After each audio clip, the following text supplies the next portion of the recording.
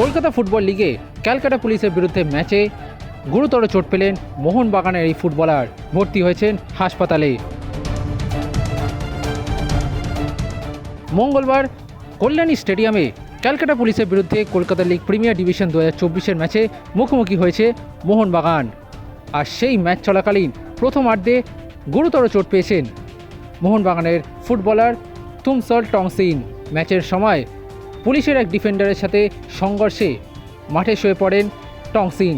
এরপর তাকে দীর্ঘক্ষণ ধরে চিকিৎসা করেন মোহনবাগানের ফিজিও ও ডাক্তাররা।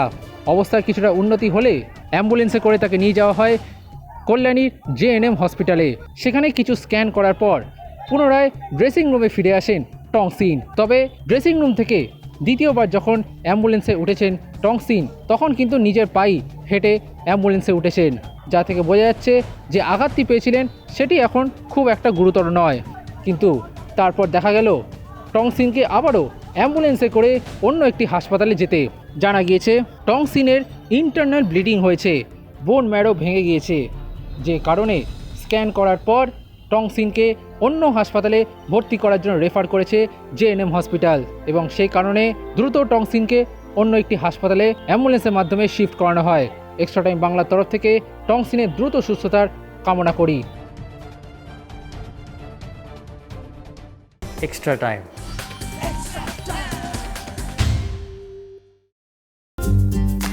লেটেস্ট নিউজ আর এক্সক্লুসিভ ভিডিওর সঙ্গে আপডেট থাকতে এখনই সাবস্ক্রাইব করুন আমাদের ইউটিউব চ্যানেল। বেল আইকনে ক্লিক করতে ভুলবেন না যেন।